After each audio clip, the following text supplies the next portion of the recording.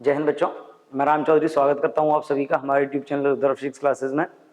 आज की इस वीडियो में हम बात करने वाले हैं प्रिज्म और डिस्पर्शन थ्रू प्रिज्म की, और साथ ही साथ हम प्रिज्म फॉर्मूले के बारे में भी डिस्कस करेंगे। स्टार्ट करते हैं प्रिज्म। देखिए, जब हम रिफ्रैक्शन की बात कर रहे थे तो रिफ्रैक्शन में हमने पहले पढ़ा रिफ्रैक्शन ऑन प्लेन सरफेसेस, फिर हमने रिफ्रैक्शन थ्रू स्फेरिकल सरफेसेस, और स्फेरिकल सरफेसेस के एप्लीकेशन में हमने लेंस किया। अब बात करेंगे हम प्रिज्म की। तो बेसिकली प्रिज्म होता क्या है? सिंपली प्रिज्म एक रिफ्रैक्टिंग मीडियम है। अगर हम इसकी बात करें प्रिज्म क्या है, तो ये refracting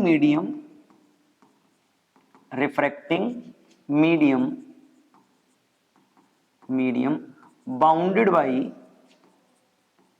bounded by two plane surfaces inclined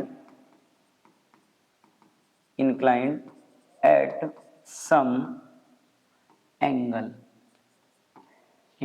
some angle is called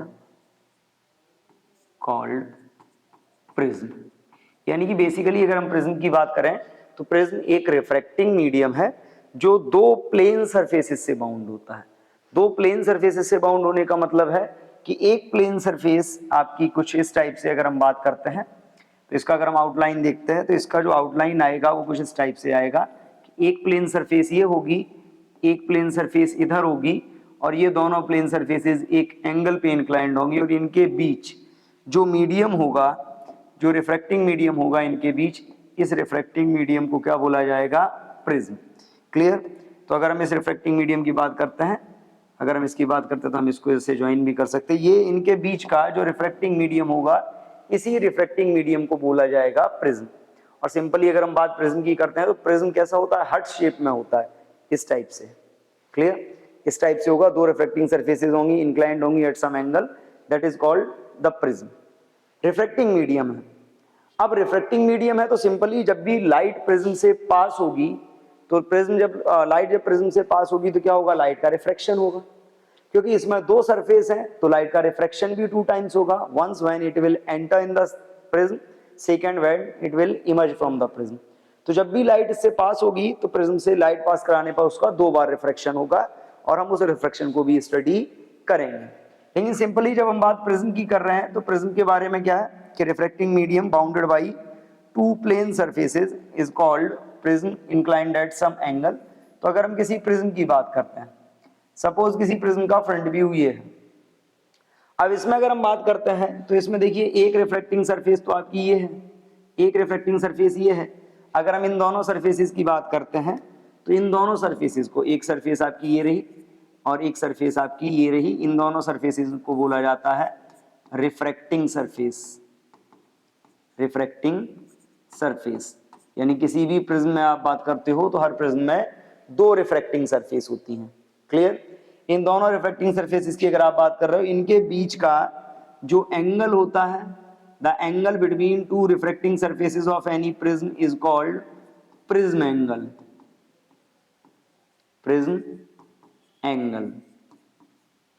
clear?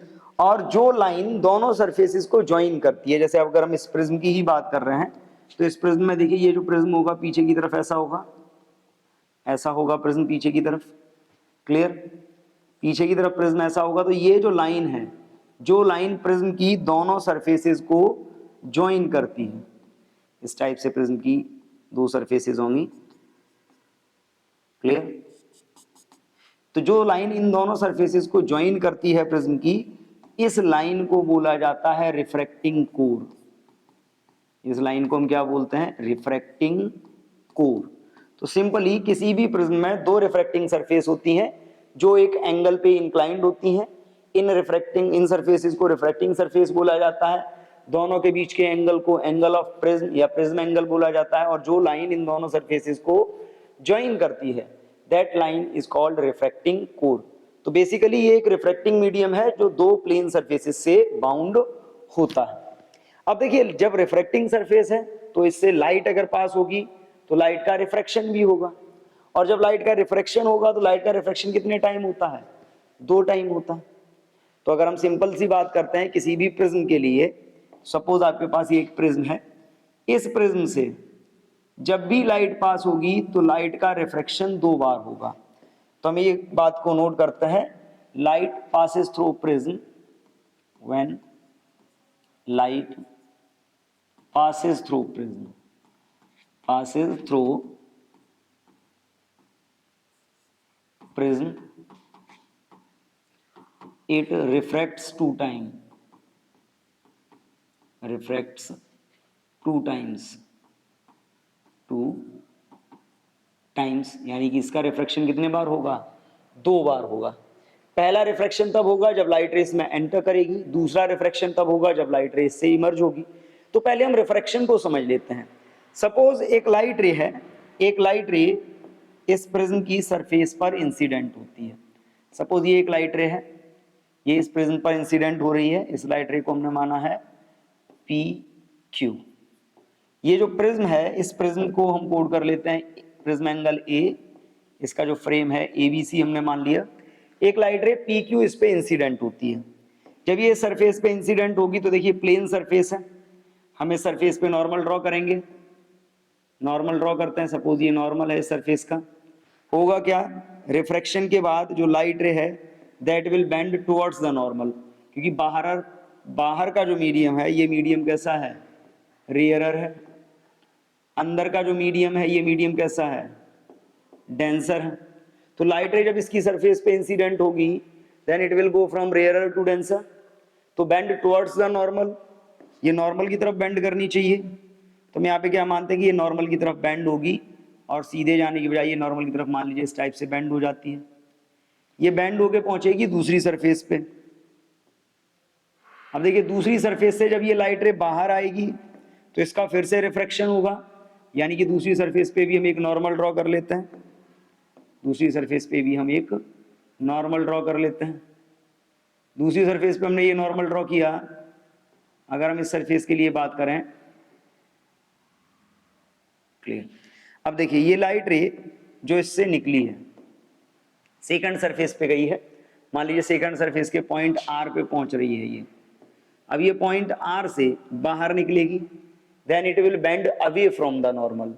क्यों अवे फ्रॉम द नॉर्मल? क्योंकि अंदर डेंसर है, बाहर रेयरर मीडियम है। It will bends away from the normal, और हम ये मानते हैं कि ये नॉर्मल से दूर चली जाएगी, अवे फ्रॉम द नॉर्मल के केस में ये मान लीजिए ये इस डायरेक्शन में चली जाती है। अब इसमें देखिए अगर आप इसमें बात करते हो तो ये जो लाइट रे है, ये रे है आपकी इंसिडेंट रे। सेकेंड सरफेस से रिफ्रैक्शन के बाद जो बाहर निकली है दैट इज इमर्जेंट रे। ये पॉइंट आपका आर, ये पॉइंट मान लीजिए एस। अगर आप इस प्रिज्म के थ्रू देखें तो अगर हम इंसिडेंट रे को फॉरवर्ड और इमर्जेंट रे को बैकवर्ड ड्रॉ करते हैं, इंसिडेंट रे को फॉरवर्ड और इमर्जेंट रे को बैकवर्ड ड्रॉ करें, ये हमने इंसिडेंट रे को फॉरवर्ड ड्रॉ किया, इमर्जेंट रे को हम बैकवर्ड ड्रॉ करेंगे।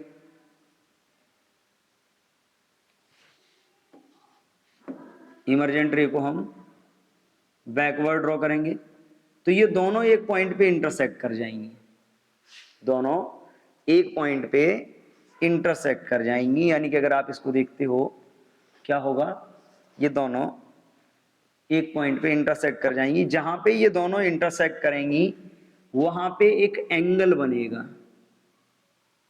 ये जो एंगल बनता है इस एंगल को बोला जाता है angle of deviation, angle of deviation. Clear? और रिप्रेजेंट करते हैं हम इसको डेल्टा से। क्लियर? तो अब एक ही बात यहां पे क्लियरली समझ लीजिए कि एंगल ऑफ डेविएशन को हम कैसे डिफाइन करेंगे। तो व्हेन द लाइट रे will pass through any prism then it will refract 2 times. Once when it will enter in the prism then it bends towards the normal, and second when it will emerge from the prism then it bends away from the normal. और इस case में अगर हम बात करते हैं तो इस केस में अगर इंसिडेंट रे और इमर्जेंट रे दोनों को हम इंसिडेंट रे को फॉरवर्ड इमर्जेंट रे को बैकवर्ड ड्रॉ करते हैं तो दोनों एक दूसरे को इंटरसेक्ट करती हैं, एक एंगल बनता है, इस एंगल को ही बोला जाता है एंगल ऑफ डेविएशन। अब देखिए एंगल ऑफ डेविएशन की अगर हम बात करते हैं तो relation between delta and I, I क्या होता है? Angle of incidence. किसी भी प्रिज्म के केस में अगर आप बात करते हो तो प्रिज्म के केस में जो एंगल ऑफ डेविएशन होता है वो हमेशा उसके एंगल ऑफ इंसिडेंस पे डिपेंड करता है, एंगल ऑफ इंसिडेंस पे डिपेंड करता है। ये हो गया आपका एंगल ऑफ इंसिडेंस पे डिपेंड करता है। हम बात उसी की कर लेते हैं कि किसी भी प्रिज्म के लिए एंगल ऑफ डेविएशन और एंगल ऑफ इंसिडेंस में रिलेशन क्या है। तो जब हम एंगल ऑफ डेविएशन और एंगल ऑफ इंसिडेंस के बीच ग्राफ ड्रॉ करते हैं तो इनका जो ग्राफ है वो हमको कुछ इस तरीके से मिलता है, या प्रैक्टिकली जब हम इसको देखते हैं तो इसको देखने पे क्या होता है कि जब आप किसी भी प्रिज्म के लिए एंगल ऑफ इंसिडेंस को इंक्रीज करते हो तो एंगल ऑफ इंसिडेंस इंक्रीज होने पे उसका जो एंगल ऑफ डेविएशन है वो डिक्रीज होता है। एंगल ऑफ इंसिडेंस इंक्रीज करते हो शुरुआत में तो एंगल ऑफ डेविएशन कम होगा और ये कम होता जाएगा, but after a definite value it will increase again.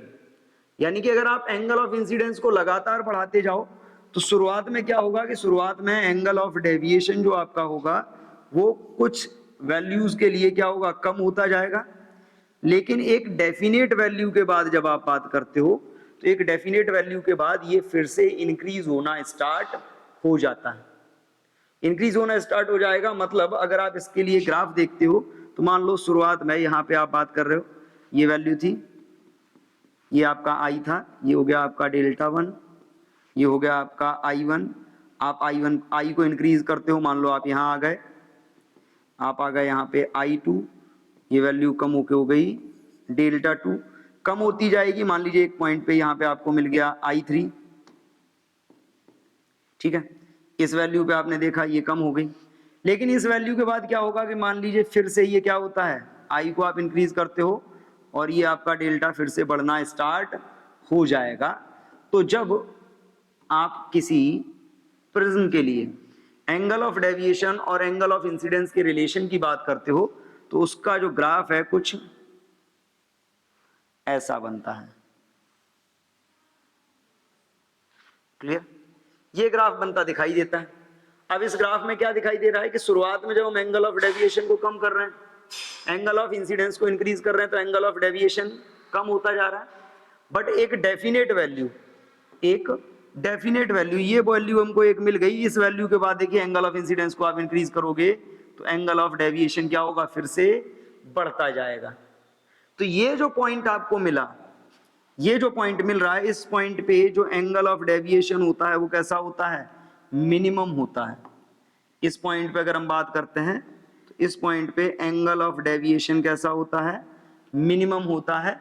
और इस केस में जो आपका I1 होगा, यानी कि एंगल ऑफ इंसिडेंस और एंगल ऑफ इमरजेंस, यहाँ पे अगर आप बात करते हो तो एंगल ऑफ इंसिडेंस देखो I1, एंगल ऑफ इमरजेंस देखो I2, तो इस केस में angle of incidence is equal angle of emergence हो जाता है।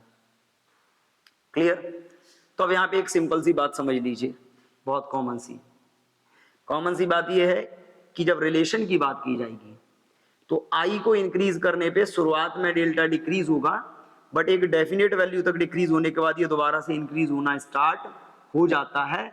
और ये जो मिनिमम वैल्यू होती है एंगल ऑफ डेविएशन की, इसी वैल्यू को बोला जाता है, ये जो पॉइंट है आपका, इस पॉइंट को हम क्या बोलते हैं? इसको बोलते हैं minimum angle of deviation. Angle of deviation, angle of deviation क्या है कि जब भी कोई लाइट रे किसी प्रिज्म पे इंसिडेंट होती है, then it will reflect 2 times.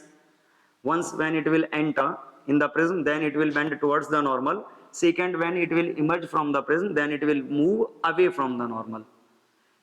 If we will draw the incident ray forward and the emergent ray backward, then they will intersect each other, and the angle made between them is called angle of deviation. Clear? Angle of deviation की dependency भी हमने देख ली angle of incidence पे। Clear है? तो ये था prism और प्रिज्म का एंगल ऑफ डेविएशन। अब अगर हम बात करें डिस्पर्शन ऑफ लाइट की, तो देखिए डिस्पर्शन ऑफ लाइट क्या है? डिस्पर्शन ऑफ लाइट का सिंपली मीन्स है splitting of white light, splitting of white light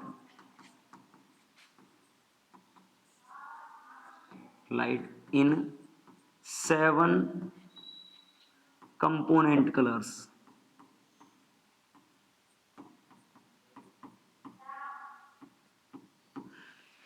यानी कि जब भी व्हाइट लाइट अपने 7 कंपोनेंट कलर्स में स्प्लिट हो जाती है, देन दिस स्प्लिट, देखिए dispersion of light means simply जब भी लाइट किसी भी मीडियम के थ्रू रिफ्रैक्ट होती है और रिफ्रैक्ट होने के कारण वो अपने 7 कंपोनेंट कलर्स में स्प्लिट हो जाती है, that phenomena is called dispersion of light.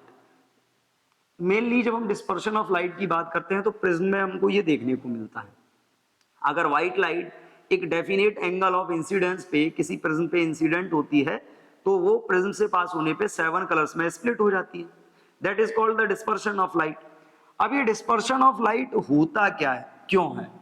तो अगर हम इसकी बात करें कॉज की कि इसका कॉज क्या है, तो इसका एक सिंपल कॉज है। जब आप बात करते हो 7 कलर्स की, तो लाइट में जो 7 कंपोनेंट कलर्स हैं, अगर हम उनकी बात करें तो 7 कंपोनेंट कलर्स में 7 कंपोनेंट कलर्स जो आपके हैं, उन 7 कंपोनेंट कलर्स में जब आप बात करते हो, मान लीजिए ये प्रिज्म है, 7 कंपोनेंट कलर्स में हर कलर की जो स्पीड होती है वो हर मीडियम में डिफरेंट होती है। एयर और वैक्यूम में अगर हम नॉर्मली बात करें तो सबकी स्पीड लगभग सेम होती है, इसलिए वो आपस में मिक्स हो जाते हैं और लाइट हमको कैसी दिखाई देती है, व्हाइट।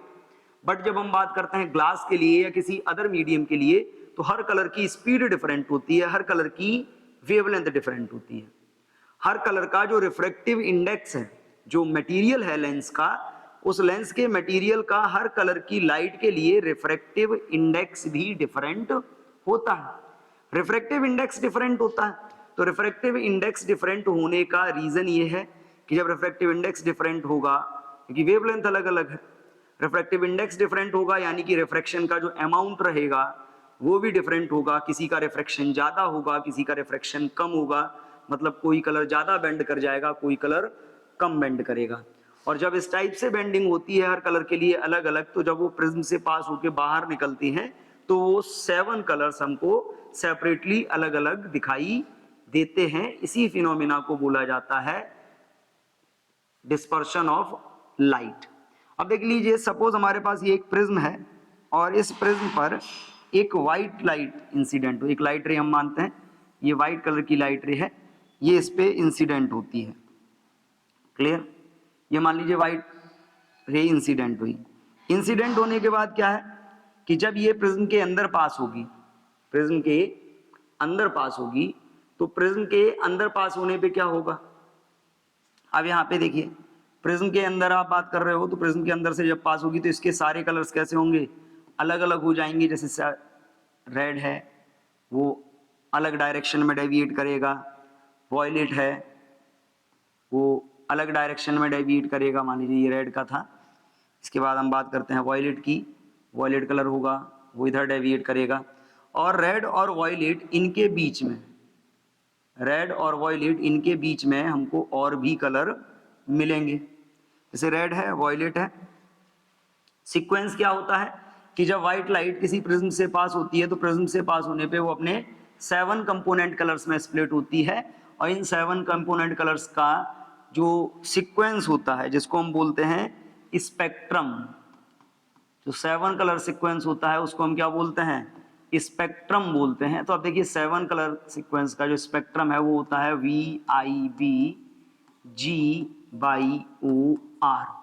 V मतलब वॉयलेट, I मतलब इंडिगो, B मतलब ब्लू, G मतलब ग्रीन, Y मतलब येलो, O मतलब ऑरेंज और R मतलब रेड। तो इस टाइप से इसका सीक्वेंस है। तो हमने एक ले लिया रेड और एक ले लिया ये वॉयलेट, टॉप कलर हो गया, बॉटम कलर हो गया। इनके बीच में अगर हम बात करते हैं तो इनके बीच में जैसे देख लीजिए इंडिगो है, ये मान लीजिए यहाँ पे आपको कहीं इंडिगो कलर मिलेगा, ये मिल गया आपको इंडिगो। इंडिगो के अलावा नेक्स्ट आपको मिलेगा ब्लू, नेक्स्ट होगा आपका ग्रीन,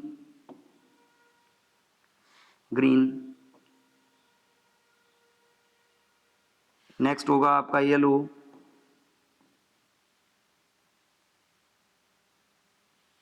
ग्रीन के बाद नेक्स्ट होगा आपका येलो,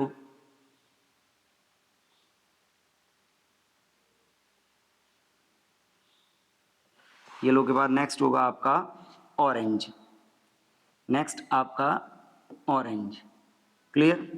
अब इसमें आप बात करते हो अगर नेक्स्ट होगा आपका ऑरेंज, तो ऑरेंज में मान लीजिए ये आ गया आपका, ओके, नेक्स्ट आ गया आपका ऑरेंज, मान लीजिए यहां आ गया ये। अब ये लाइट रेज जब बाहर निकलेंगे, अभी तो ये अंदर है, रिफ्रैक्शन हुआ, रिफ्रैक्शन होने पे क्या होगा, due to the difference in refractive index for the different colours, ये सारे कलर्स क्या होंगे, अलग अलग अमाउंट में डेविएट हो जाएंगे, अलग अलग अमाउंट में डेविएट होंगे। यानी कि जब ये बाहर निकलेंगे, अब देखिए जब ये कलर बाहर निकलेंगे तो बाहर निकलने पे क्या होगा, बाहर निकलने पे ये कलर कुछ इस टाइप से,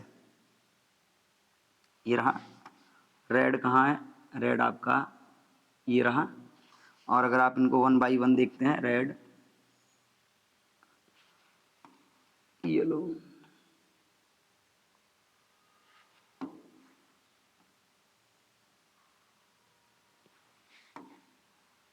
ग्रीन,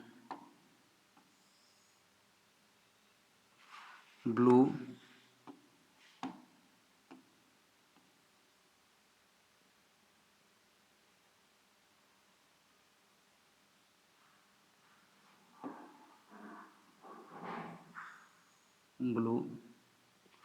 और इंडिगो।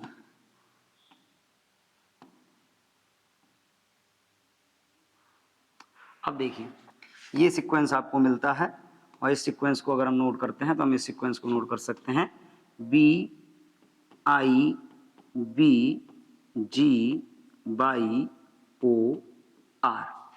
तो simply dispersion means when the white light will pass through any prism और एनी रिफ्रैक्टिंग मीडियम, यहाँ पे हम प्रिज्म की बात कर रहे हैं तो हम प्रिज्म को ही लेंगे। When the white light will pass through any prism, then it will split in 7 colors, component colors. This phenomena is called the dispersion of light. In the dispersion, the 7 color band that we will found is called spectrum. Dispersion में जो हमको 7 color का band मिलता है, that is called the spectrum. And the code word for the spectrum is Vibgyor, where V is for the violet, I is for the indigo, B is for the blue, G is for the green, Y is for the yellow, O is for the orange, and R is for the red. Clear? Cause क्या है? तो अगर हम cause की बात करते हैं तो main cause of the dispersion of light through the prism is the difference of speed or the difference of wavelength of different colors of the light inside the prism. Prism के अंदर हर colour की जो light है, हर colour की light की speed अलग अलग होती है, वेवलेंथ अलग अलग होती है। तो स्पीड और वेवलेंथ अलग अलग होने के कारण क्या होता है, इनका रिफ्रैक्टिव इंडेक्स भी अलग अलग होता है। अब ये जो 7 कंपोनेंट कलर्स आपको मिलते हैं, इन 7 कंपोनेंट कलर्स में अगर बात की जाए तो जो एंगल ऑफ डेविएशन होता है for the 7 component colours, the angle of deviation for the red colour is minimum or the angle of deviation for the violet color is maximum। यानी कि यहाँ पे अगर आप एंगल ऑफ डेविएशन को देखने की कोशिश करते हो तो इसमें जो आपको एंगल ऑफ डेविएशन यहाँ पे दिखाई देगा, एंगल ऑफ डेविएशन जो दिखाई देगा, एंगल ऑफ डेविएशन आपको रेड कलर का सबसे कम और वॉयलेट कलर का एंगल ऑफ डेविएशन सबसे ज्यादा देखने को मिलेगा, क्योंकि वॉयलेट कलर की लाइट सबसे ज्यादा डेविएट करती है। क्लियर? तो simply dispersion means white light जब भी प्रिज्म से पास होगी वो 7 कलर्स में स्प्लिट हो जाएगी। तो 7 कलर में स्प्लिट होने की प्रोसेस को ही बोला जाता है डिस्पर्शन ऑफ लाइट। मूव करते हैं, नेक्स्ट है प्रिज्म फॉर्मूला। अब देखिए प्रिज्म फॉर्मूला क्या है, जैसे हमने प्रिज्म की बात की, प्रिज्म से के थ्रू हमने रिफ्रैक्शन की बात की कि लाइट पास होगी तो लाइट का 2 बार रिफ्रैक्शन होगा, 2 बार रिफ्रैक्शन होगा, आप इंसिडेंट रे को आगे ड्रॉ करोगे, इमर्जेंट रे को बैकवर्ड ड्रॉ करोगे, इंसिडेंट को फॉरवर्ड, इमर्जेंट को बैकवर्ड ड्रॉ करोगे तो एक एंगल बनेगा, एंगल ऑफ डेविएशन। अगर एक डेफिनेट एंगल ऑफ इंसिडेंस पे लाइट इंसिडेंट होगी व्हाइट लाइट प्रिज्म पे, तो वो 7 कलर में भी स्प्लिट हो सकती है, जिसको हम बोलते हैं डिस्पर्शन ऑफ लाइट। अब बात आती है प्रिज्म फॉर्मूले की, कि किसी भी प्रिज्म के through angle of incidence, angle of emergence या angle of refraction, prism angle और उसके रिफ्रैक्टिव इंडेक्स को हम कैसे रिलेट करेंगे, या किसी भी प्रिज्म के रिफ्रैक्टिव इंडेक्स को हम कैसे फाइंड कर सकते हैं, उसके लिए अब हम बात करने वाले हैं, that is called the prism formula. Prism फॉर्मूले के लिए सिंपली हमको एक प्रिज्म कंसीडर करना पड़ेगा और हम एक प्रिज्म मानते हैं। सपोज ये एक प्रिज्म है और इस प्रिज्म की अगर हम बात करें, सपोज ये एक प्रिज्म है, इस प्रिज्म को हम नाम दे देते हैं ABC। प्रिज्म को हमने नाम दे दिया ABC। AB and AC are the refracting surfaces and the angle of prism is A। A क्या है इसका, एंगल ऑफ प्रिज्म है, ए हम यहाँ पे नोट कर लेंगे, एंगल ऑफ प्रिज्म। अब देखिए सपोज इस प्रिज्म पे एक लाइट रे इंसिडेंट होती है, एक लाइट रे इंसिडेंट होती है PQ, एक लाइट रे PQ इस पे इंसिडेंट होगी, मान लीजिए ये इंसिडेंट हुई PQ। जब ये इंसिडेंट होगी तो देखो यहाँ पे एक नॉर्मल होगा, ये रेयरर से डेंसर में जा रही है, तो रेयरर से डेंसर में जाने पे क्या होगा, it will bend towards the normal, ये नॉर्मल की तरफ बेंड करेगी, और नॉर्मल की तरफ बेंड करती हुई ये नॉर्मल की तरफ बेंड करेगी तो क्या होगा, ये इस टाइप से जानी चाहिए सेकंड सरफेस पे, ये नॉर्मल की तरफ बेंड करती हुई सेकंड सरफेस पे पहुंचेगी। और जब आप बात करते हो सेकंड सरफेस पे, तो सेकंड सरफेस से जब ये बाहर निकलेगी तो यहाँ भी एक नॉर्मल होगा, तो सेकंड सरफेस पे जो नॉर्मल होगा, ये लाइट रे उस नॉर्मल से away, it will move away from the normal.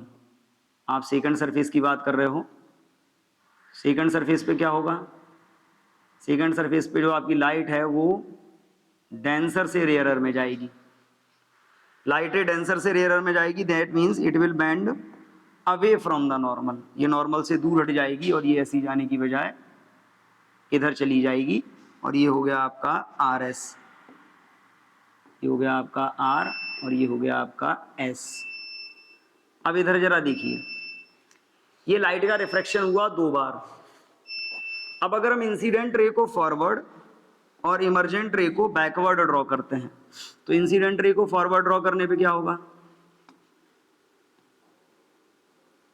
ये इंसिडेंट रे हमने ये फॉरवर्ड ड्रॉ किया, ये इमर्जेंट रे हम इसको बैकवर्ड ड्रॉ करेंगे, दोनों एक जगह पे इंटरसेक्ट करेंगी लाइट रेज, जहाँ पे ये इंटरसेक्ट कर रही हैं यहाँ पे एक एंगल बनेगा, this is called the angle of, ये जो आपका है यहाँ पे देखो, इसको हमने फॉरवर्ड ड्रॉ किया, इसको हमने बैकवर्ड ड्रॉ किया, ये जो एंगल बना, this angle is called angle of deviation. Clear. अब यहाँ पे देखो, इस प्रिज्म के केस में, अब यहाँ पे बड़ा क्लियरली देखना, ये पॉइंट आपका R है, ठीक है, ये पॉइंट R। अब इस प्रिज्म में देखिए, प्रिज्म फार्मूला हम फाइंड करते हैं, suppose the refractive index of the prism material is mu, इसके मटेरियल का रिफ्रैक्टिव इंडेक्स म्यू है। अगर हम फर्स्ट सरफेस पे बात करें, angle of incidence let is I1, angle of refraction is R1, on the second surface this angle is R2, angle of emergence is I2। ABC हमने इसको नाम दिया था, हमने इस पॉइंट को नाम दिया D, और जहां भी ये इंटरसेक्ट कर रहे हैं हमने इसको नाम दिया E। अब इस डायग्राम में देखो, इस डायग्राम में अगर हम बात करें तो इस डायग्राम में हम क्या क्या रिलेशंस फाइंड कर सकते हैं उनकी बात करते हैं इन डायग्राम। अब देखो, डायग्राम में पहला हम बात करते हैं किस ट्राइंगल की, पहला हम बात करेंगे इस ट्राइंगल की, Q D R, triangle Q D R, in triangle Q D R. Triangle Q D R क्या है? ट्राइंगल क्यू डी आर को जरा देखो, कुछ ऐसा बन रहा है, क्लियर? ये ऐसा बन रहा है क्यू डी आर, ये एंगल आपका R1, ये एंगल आपका R2, क्लियर? अगर यहाँ पे बात की जाए तो एंगल R1 और एंगल R2 और ये एंगल आपने मान लिया D, तो यहाँ पे क्या होगा, पहला इक्वेशन हमको यहाँ से मिल जाएगा R1 plus R2 plus D is equal 180 degree.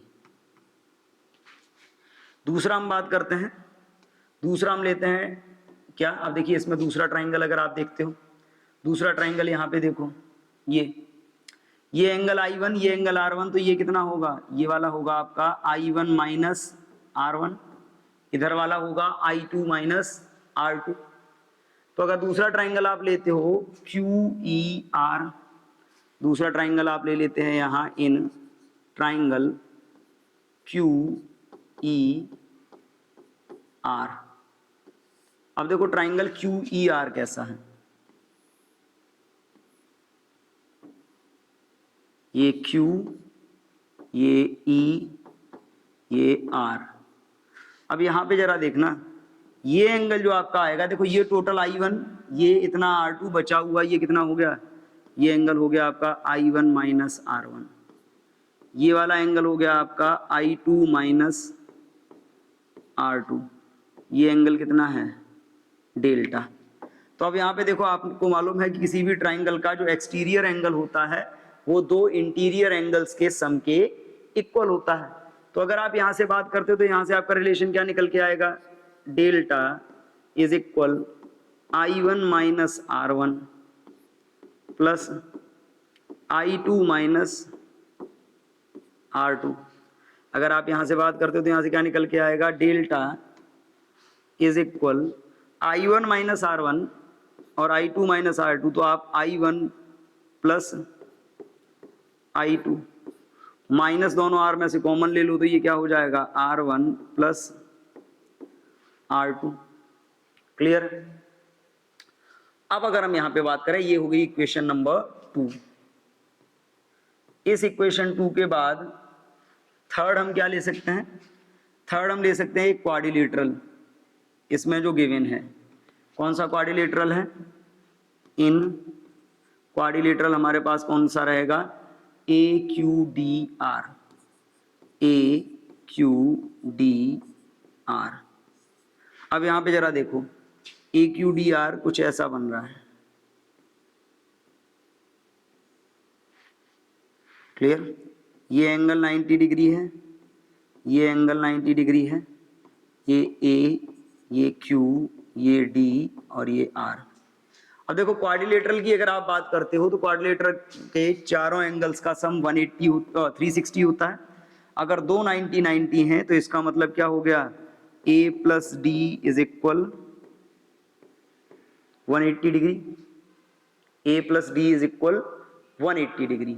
अब A प्लस डी 180 डिग्री है, तो अब यहाँ पे देखो इसी में अगर हम ये बात कर लें फ्रॉम इक्वेशन 1, इक्वेशन 1 से अगर हमने देखा तो R1 plus R2 plus D is equal भी 180 था, A प्लस डी भी 180 है, तो यानी कि ये हो गया A plus D is equal R1 plus R2 plus D, D से डी कैंसिल, तो फाइनली यहाँ पे हमारे पास क्या निकल के आया, R1 plus R2 is equal A, that means equation number 3। हमने इस डायग्राम से इक्वेशंस देखी, इस डायग्राम से हमको 3 इक्वेशन ये मिल रही हैं। पहली इक्वेशन हमको ये मिली थी, सेकंड हमको ये, थर्ड ये। अब यहाँ पे देखो ये जो आपका बन रहा है, इस कंडीशन में अगर हम बात करें मिनिमम डेविएशन की, for minimum deviation, minimum deviation. अब बेटा देखो सिंपल सी बात, मिनिमम डेविएशन का मतलब क्या है, मिनिमम डेविएशन के केस में जो आपका डेल्टा है वो डेल्टा एम हो जाएगा, I1 is equal I2 is equal I हमको मानना पड़ेगा, और जो आपका R1 होगा वो आपका R2 that is equal R हमको मानना पड़ेगा। यहाँ पे देखो ये जो आपके I1 I2 थे ये सेम हो जाएंगे, R1 R2 सेम हो जाएंगे, ये कंडीशन होगी आपकी मिनिमम डेविएशन की। अब देखो मिनिमम डेविएशन के केस में अगर हम अप्लाई करते हैं तो इक्वेशन थर्ड और इक्वेशन सेकंड दोनों को देखते हैं। From equation third, equation third क्या है, R1 plus R2 is equal A, इसका मतलब ये हो गया आपका 2R इज इक्वल A, मतलब R is equal A by 2। Clear, R is equal A by 2, ये मिल गया हमको। अगर हम बात करें इक्वेशन 1 की, यहीं से हम इक्वेशन 2, फ्रॉम इक्वेशन 2, इक्वेशन 2 की बात करते हैं। इक्वेशन 2 क्या था, I1 plus I2 minus R1 plus R2 is equal delta, value रखोगे तो ये क्या हो जाएगा 2I minus R1 plus R2 किसके इक्वल होता है, A इज इक्वल डेल्टा की जगह क्या आ जाएगा डेल्टा M, तो ये उधर जाएगा A, तो 2I is equal delta M plus A, यानी कि I इधर से आप निकालोगे, I1 नहीं ये I रह जाएगा, तो यहां से अगर आप निकालोगे 2I, I की वैल्यू अगर आप यहां से निकालोगे तो I की वैल्यू क्या आएगी delta M plus A by 2। Clear, ये आ गई आपकी I की वैल्यू, ये आ गई आपकी R की वैल्यू। I और R प्रिज्म के थ्रू रिफ्रैक्शन में आपको दोनों मिल गए। जब अब आपको दोनों मिल गए हैं तो दोनों मिलने के बाद आप सिंपली क्या अप्लाई कर सकते हो, by Snell's law. Snell's law के अकॉर्डिंग आपने क्या पढ़ा है, जो साइन I होता है अपॉन जो साइन R होता है वो किसके इक्वल होता है म्यू। तो sine I upon sine R अगर म्यू के इक्वल है तो यहां से आपका क्या आएगा, mu is equal sine I की value delta M plus A upon 2 upon sine A upon 2।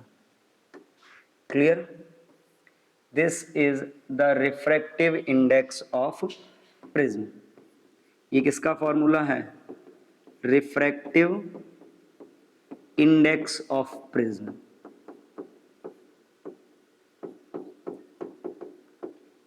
तो जो रिफ्रैक्शन की ज्योमेट्री है, रिफ्रैक्शन की ज्योमेट्री से हम I और R की वैल्यूज फाइंड करते हैं और उन्हीं R और I की वैल्यूज को यूज करके हम प्रिज्म के रिफ्रैक्टिव इंडेक्स को डिड्यूस कर लेते हैं। लेकिन अगर हम यहाँ पे बात करें तो यहाँ पे एक बहुत कॉमन सी कंडीशन ये बनती है कि आपको ये मालूम पड़ गया है कि I इज इक्वल इतना है और R इज इक्वल इतना है। I और R की वैल्यूज आपको मालूम है, तो I और R की वैल्यूज के बेस पे अब देखो I आपको मालूम है कितना है, delta M plus A whole upon 2 और R है आपका A अपॉन 2। क्लियर, तो अगर हम बात करें यहां पे फॉर थिन प्रिज्म,